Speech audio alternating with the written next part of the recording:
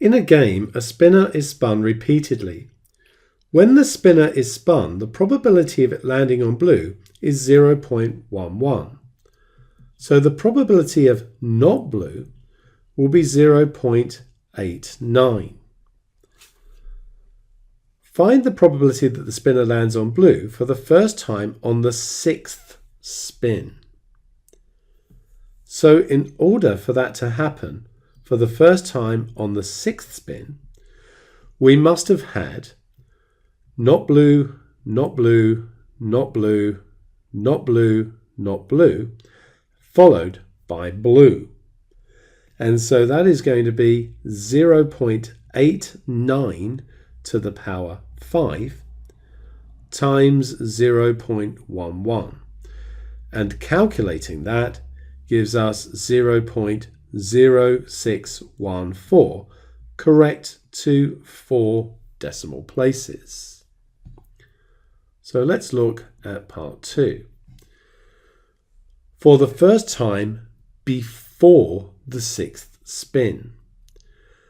That means it could have happened on the first spin, and the probability of that is 0.11. It could have happened on the second spin, which is 0.89 times 0.11, or the third spin, which means 2 non-blues first in the same way discussed here, followed by a blue. Or it could have happened on the fourth one, which is 0.89 cubed times 0.11 with exactly the same reasoning. Or on the fifth spin, 0.89 to the 4 times 0.11. And of course, you can just put all of that into your calculator, or you could do something like this and say we can take out 0.11, and then we have 1 plus 0.89 and so on up to 0.89 to the 4. And you can say that that is a geometric sequence, and so we could use 0.11. First term is 1. 1 take away 0.89 to the 5 because there's 5 terms, over 1 take away 0.89. Whichever way you decide to calculate it, it will come to 0.4416. Now for part 3, which says exactly 4 times during the first 6 spins. And that must mean that we must have blue 4 times. And we must have not blue twice.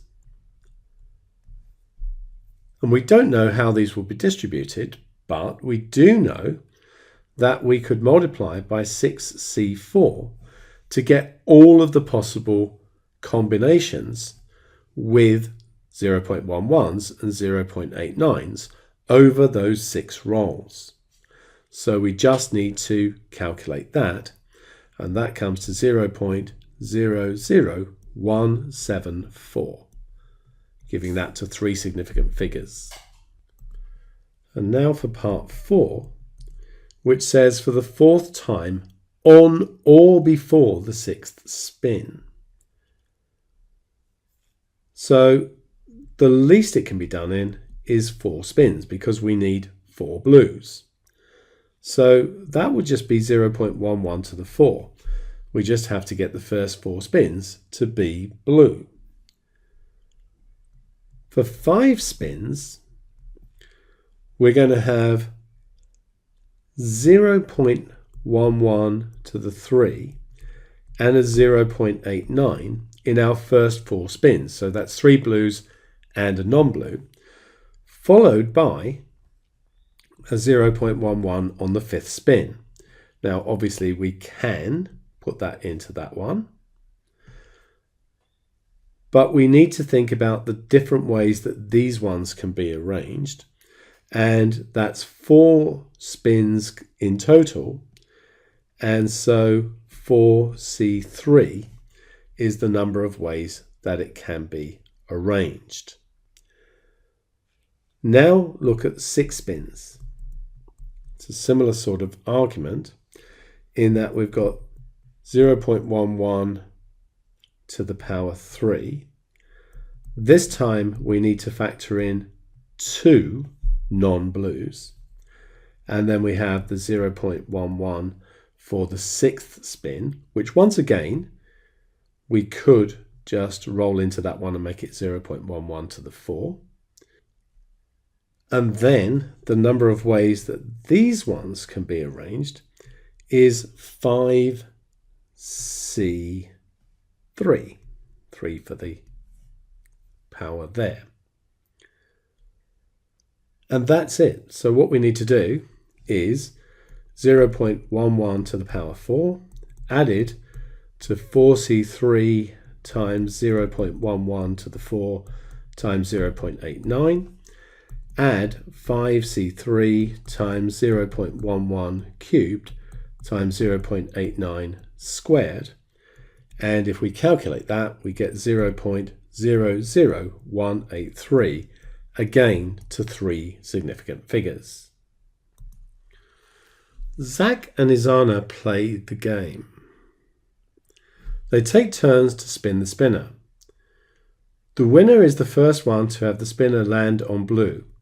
Izana spins the spinner first. Show the probability of Zach winning is 0.471 to 3 significant figures. So let's look at what has to happen in order for Zach to win. For him to win on his first go means that Izana must have got not blue, and then Zach gets blue. Izana will then go again, so for Zach to win on his next go, that would mean they would have to have 3 non-blues.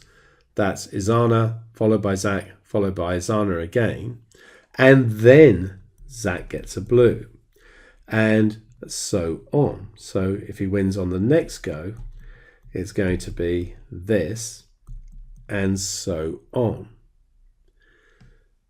So what we have here is 0.11, these would all need to be added, 0.89, add 0.89 cubed, add 0.89 to the 5, and so on. And this is going to be the sum to infinity of a GP. The first term is going to be 0.89. The common ratio is 0.89 squared. So what we get is 0.11, 0.89 divided by 1 take away 0.89 squared. And that's a over 1 minus r as the sum to infinity. And that's 0.4708, which is approximately 0.471.